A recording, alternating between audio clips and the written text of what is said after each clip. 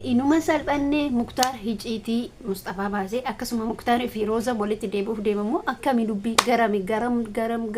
deemaa jira. Dhiirri Hiciitii waliin baas Muktaar garuu maaliif Hiciitii Mustafaa fuudhuu hin danda'u? Mustafaanii maal qaba jedhee maal qaba naamina jedhee Roozaan himmuutu akkamitti deebitee himmuutu akkam sila wannan kun jedhe siistamaan harkaa baafte jechuudha. Inni immoo Roozaadhaan hin heerumtu ati Mustafaatti hin heerumtu kan jedhu Rooza teeruu fuudhuu barbaade moo akkamiin niitiin durallee taartee niitiin lammaffallee koota jechuudha.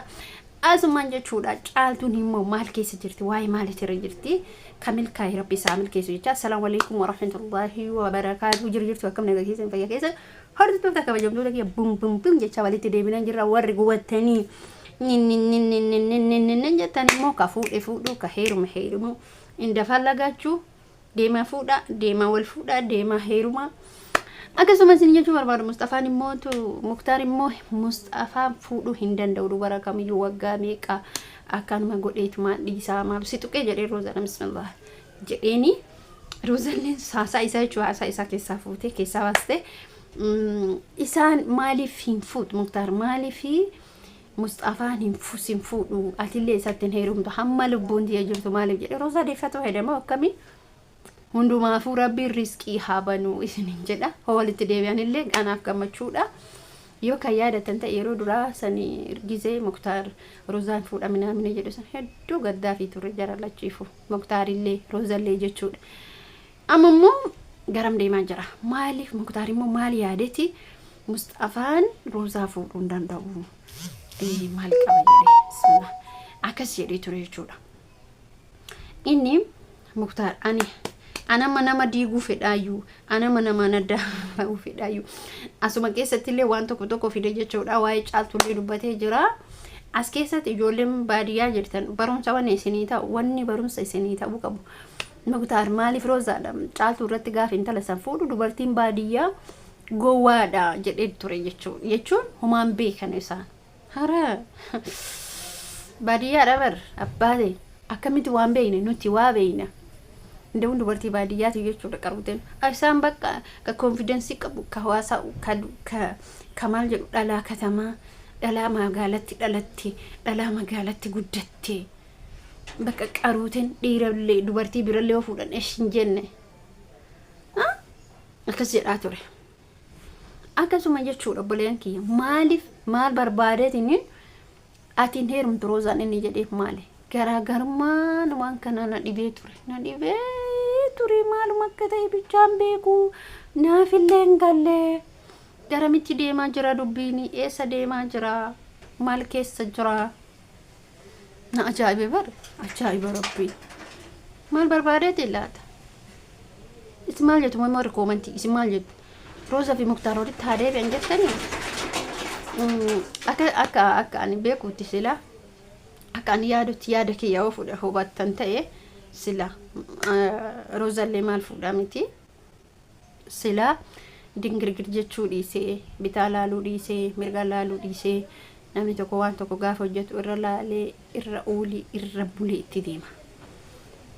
Kanaaf Muktaar sila utoo ammas hin dhaqqaba kaluu jira kaluu kanatti maal godha waa'ee Mustafaa dubbatu baate jireenya namaa keessa odoo seenuu baate wallahi hedduu ulfaataadha akka kiyyaatti baay'ee ulfaataadha. Muktaar waan kana dalaguun ana kana dalagaa namoota wal fuudhan hundumaa addaan baasaa nan diiga odoon taane kanama ijaarullee rabbi kanama diigullee rabbi maaliif waan xiqqishuu sababeeffatteetiin isaa amma Muktaar amma waa'ee nama bultii ijaarateen fedhu jechuu isaati maaliif baqaatti ulfaatee jira jechuudha. Waan akkasiiti Roozaan immoo maal yaaddee waan kana Muktaaritti deebi'uu yaaddi immoo ilaalchisiin qabdu maali Roozaan tun hedduu gara nama nyaatti Roozaan baay'ee gara nama nyaatti bakka hanqinni isin akkuma jenne hanqinni isin qabdu sila akka kootis waniin ani jechuun ni barbaadu sila Roozaadhaan obboleetiin jechuun sila Muktaarittis hin deebiti jedhe hin yaadu abadan nama birallee dhiira biraas naasoqee jechuun yaani jechuun waan hunduu dalagoodha itti turte garuu otoo kiyya achi asii deemu dhiiftee ani akkana godhaa ani Mustafaa fi Daraartuu walitti deebisa jechuu dhiifte isheen Mustafaatti heerumtee filadha. Nama mariin deemtu nama mariin hin barbaachisu nama jaalate tokko irratti dirqama nama mari'achuu dirqama abbaa kee dirqama haadha kee beeksisu garuun immoo nama biraa beeksisuun maaliif barbaachise isaa wajjin halaala godhattee maatii isiitii walii galtee nama shan abbaa haadha isiitii obboleen isii innis akkasuma maaliif Mustafaa waliin hin jiraanne maaliif Mustafaan bakka tokko hin jiraanne maaliif isin galee maaliif roozanii akkasin goone maaliif dirqama bakka miidiyaa irratti haadhuftee uffeete haasofte sun mirgi isiiti garuu immoo maaf qaxarooti kenniti dubbiin bubbultu tiruun bubbulte lafee taate moo maal jedhu dhuguma lafee taate dhuguma immoo dubbiin bubbultu moo jecha obboleeyyan kee dubbiin gaafa bubbultu gaafa ooltu gaafa bultu dubbii harkisaa deemti namni gaafa wal jaalatu isaan jidduu waatu dhufaa shoggara qotamee akkas jedhama akkana jedhama bakka injira miti isaan hafuu afaan isaanii Roozaaf Mustafaan akka yaada kootti afaan isaanii dhoyfatanii hafuur isaanii dhoyfatanii kunis ebaluu kiyya dhiisanii otoo walitti dabalamanii wajjin jiraatan Roozaa bakka sigaa dhugaa rabbi maaliif Mustafaan immoo nama nagaati Muktaar immoo tuyyuu ani nama biraa seesoo qasiin jedha malee soba malee uf soquu heda amma uf argee jira maaliif Caaltuun illee kutte intalli durallee kutte jechuudha. Kanaafuu amma uf argee jira. Tarii nama biraa natti fakkaatu. Akka kootiitti dhugaa nama biraa natti fakkaatu isuma na fakkaata akka kootiitti.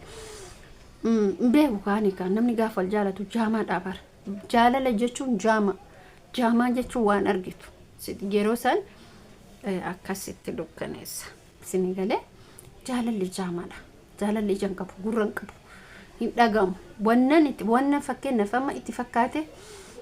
hojjetama Roozaan immoo jechuudha amma achis dhiiftee Muktaaris hin ulfaata sababni illee hiriyaa caaltuu hiriyaadha lakkiin jira miti Muktaaritti deebi'uun baay'ee ulfaata as deebi'e immoo Mustafaa fi Muktaar hiriyaadha hiriyaan gaafa walitti kaatumoo baay'ee ulfaataadha baay'ee ulfaata mana godhatu qabdi namni tokko jireenya isaa keessatti mana ofii mataa ofii jireenya ofii jireenya maatii keessayyuu ba'ee jiraatu qaba dirqama maatii keessaa baatee jiraatu qabda dirqama maaliif maatii keessaa homba'iin rakkisaadha yaanni keessanii galaanti maatii keessa jechuun dandeette maatiin si eeyyamanii Mustafaa erga si eeyyamanii namni kun nama yaada qabu nama sammuun bilchaataadha nama baay'ee nama situ nama das nama jiru jechuun amala qaba gurbichi ani rakkinna san qaba beeku amala qaba hedduu namatti dhiyaata nama walii gala garuu moo tuqaan jaallatu na fakkaata eenyu maqaan isaa Mustafaan tuqaan jaallatu garbaay'ee namatti tura amala qabeessa obsa qaba Wahumtuma keessattuu jechuudha gaafa viidiyoo isaanii ilaaltanii kaatanii hedduu Mustafaan nama gaarii Muktaar maaliif akkas jedhee dhimma akkasii maaliif jedhee maqa balleessii maqa xureessiin jedhama miti wanni jedhamu tokko hin jira maqa xureessii sanii malee waan biraa rakkatee dhimma biraati miti